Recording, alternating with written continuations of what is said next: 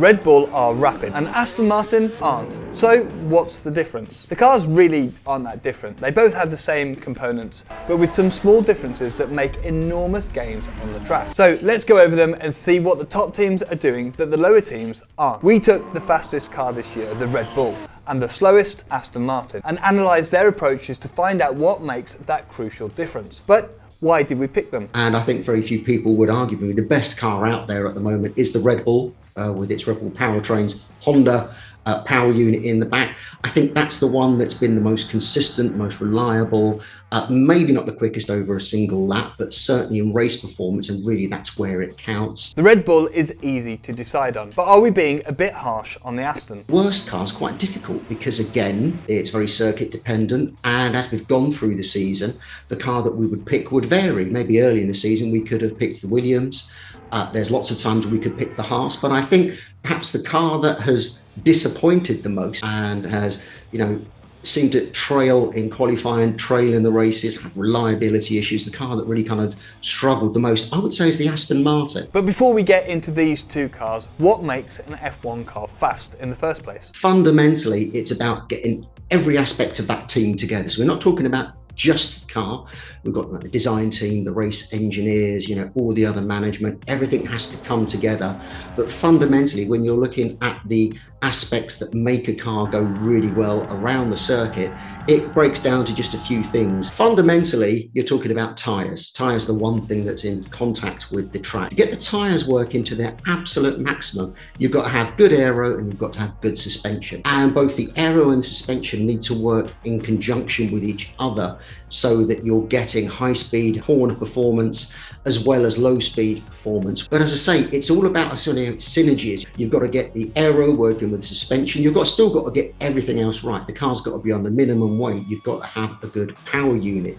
You've got to have good mechanics at the pit stops. You've got to have a great driver, great race engineers, great backup at the factory. That all adds up. And when that all comes together, you get just a car that is really fast. And that's when you build up a car not being just fast, a car that wins races consistently at different circuits. So it's not just what happens on track that makes a fast car. It's also what goes on behind the scenes that contributes to a championship winning car. But when the car is on track, it needs to maximize its aerodynamics and have a suspension system that works with the aerodynamics to get the tyres into their most effective window. This should then translate into lap time. And it also comes down to team relationships. You've got race engineers, the people who know the car well, and the driver who can feel that car on track. And they need to work together to get the pace out of the car. In fact, when I was racing in Indy Lights, there were times when my race engineer and myself weren't working together well. You're supposed to be pulling in the same direction, but there were times when the engineer just wasn't trusting the feedback that I was giving. And that means I wasn't able to develop the car to a point where I could really trust it. And it can sometimes be the small things that make the biggest difference. So where exactly has the Aston Martin been lacking? So when we look at Aston Martin, you're looking at a team that's going through lots of change. And when you then come in to look at 2022, they really took a big gamble. They split their development strategy. They had the initial development strategy, which was with the hugely undercut side pods, almost like the floating side pod we saw at the car's launch, which was, as far as I was concerned at the time, a valid aero approach. It was another quite different strategy on how to use the side pods to affect the floor and the airflow over the car. So that really means that all through that critical pre-season development time, you've had that limited aero resource. Now, they probably made the right decision by not putting all of their eggs into the undercut side pod package, but rather into the Red Bull package. And I think that has given them maybe more performance through the year than they maybe would otherwise have had. But time has been lost and they're playing catch up, which is never good in a season where you are restricted to budget. The other thing compounding that is that they also buy a lot of their components, not quite as extreme as Haas or AlphaTauri, but they're buying components in, which then restricts their ability to develop them because they don't have the understanding, they don't have the ability to re-engineer parts. It's quite clear that it's not just what we see on a race weekend that makes an F1 car fast, but every part of the team that contributes to creating a championship winning car. Red Bull they have this synergy between factory team,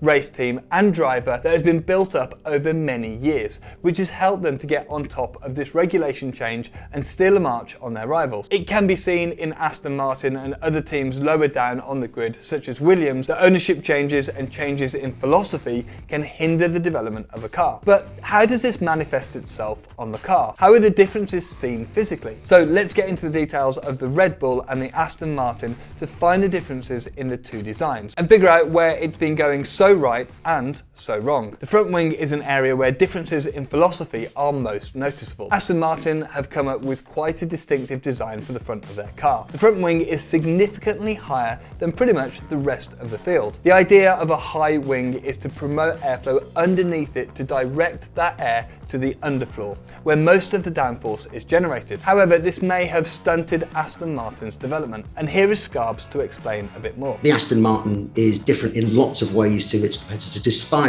its reputation as being something that's been copied. Something that they've remained throughout the season from the car when its first launch was this unusually high nose tip and the front wing lifting up to the nose tip being very flat. And it was something that I kind of lauded when I saw the car at first pre-season. That's lots of airflow under the nose to go into the tunnels under the floor to be used to create downforce. So that was a valid aero solution. Now, as we've gone through the season and seeing the ideas that are sticking or that teams are moving towards, we're actually seeing quite an aggressive middle front of the nose and front wing from lots of the other teams. Now, this at first seems counterintuitive to what we were thinking about, getting airflow under the car. So I don't think it's about getting mass airflow under the car. I think these other more aggressive middle wing sections is actually about shaping the airflow. So rather than it coming just straight onto the floor, it's actually kind of curling under the car, and it's already got some turbulence and vorticity as it goes into the underfloor. It's interesting that the front wing did not change when Aston Martin brought in their first significant update in Spain that was dubbed the Green Red Bull, as they change a lot of the aero philosophy of their car. What we also have to take into account on the Aston Martin is that they have brought their whole rear suspension and gearbox from Mercedes. While there is nothing wrong with that, and they're likely better parts than Aston could develop themselves, they're forfeiting their ability to design and fully understand the components of their car. This must be harming their current and future developments until they can fully produce all aspects of the car themselves, as they still have to fit other people's designs into their construction and it won't be fully optimized. An area of the car where we think the cars are actually quite similar is the side pods and the floor, which attracted suspicion from the other teams when Aston Martin brought their updates to Spain. However, even if they look quite similar, there's much more to them that catches the eye. Then we come to the side pods in the underfloor, which tends to be the area where we differentiate most of the cars. Now again, we go back to the copied Red Bull philosophy, but I don't think Aston Martin are really copying the Red Bull in its entirety. When we see the Red Bull, and we've spoken a lot about this a lot on Driver 61, is that they run a little bit of rake in the car isn't right down on the floor. So what we see on the top surface externally really isn't the most important part. It's what's underneath and how you're then running that car against the ground. Aston Martin, like most people, are running quite a flat, very low car. Now the side pods are still working for them. The gain that we see it having on the Red Bull, it will just be just as applicable to the Aston Martin. So it's not in the big visible things, it's in those little things that are underneath, quite how they run the suspension. It's all becomes very complicated as you reach the back of the car, particularly underneath, and you get to that upwash area behind the car when the diffuser, the beam wing and the top rear wing are all cascading upwards. And I think this is where you will find that teams can't simply copy shapes, because you just got to get the whole thing working. So I think that's really the main area where Aston Martin aren't getting the level of performance you would expect by copying Red Bull. While the teams seem to be following Red Bull's side pod design in terms of aero efficiency, an unsung detail of the Red Bull car is the way they incorporate their side pod design into the cooling for the rear of the car. This is a great example of how hitting early on a design can keep paying dividends throughout the year. But also, and we're seeing this in some of the recent updates, they're actually using the side pods, as everyone does, for cooling, but they're doing it in a much more considered way than lots of their rivals are doing. So when you see the side pods go down very quickly from the inlets where the radiators are, they need to get all the hot air from that radiator out of the car. What Red Bull have done, as we saw very early in the season and with some of their mid-season updates, was move that big cooling outlet at the back of the car higher and higher and widen it out. And what this does is this dumps all of the hot, dirty air from the radiators, what you say you don't want interfering with the wing surfaces, out through the middle of the rear wing, the area where there's no aerofoils. Now that works in two ways. First of all, it doesn't upset the airflow over the aerofoils, but also it's a low pressure region which helps pull the airflow. And what they're doing is they're actually trying to dump some of that hot air above that rounded outlet. We're not trying to get it to go down, not trying to get it out, to actually just sit across the top of that outlet. And if you actually see, they're literally pointing in a line to where the airflow is going to go. And again, that's really good at getting that wasted hot air that you can't do anything with away from all the critical aero surfaces. So it's all those little details that add up to make such a fast car. Finally, something that Aston Martin are really lacking, which was highlighted at the Italian Grand Prix, is how draggy the car is. They were even slower than an F2 car down the straights. Aston Martin's problem in this area actually comes from their decision to change aero philosophy mid-season. I think the problem really is just fundamentally in the slightly compromised layout that they've adopted mid-season by changing the side pods. And while it's a more performant solution, it's also a very draggy solution. They're not really creating that amount of downforce from the underfloor that perhaps Red Bull are doing, which means that they've got to run more wings, or if they want to have straight lines, that means they run a lot less wing, which gives you, tyre issues.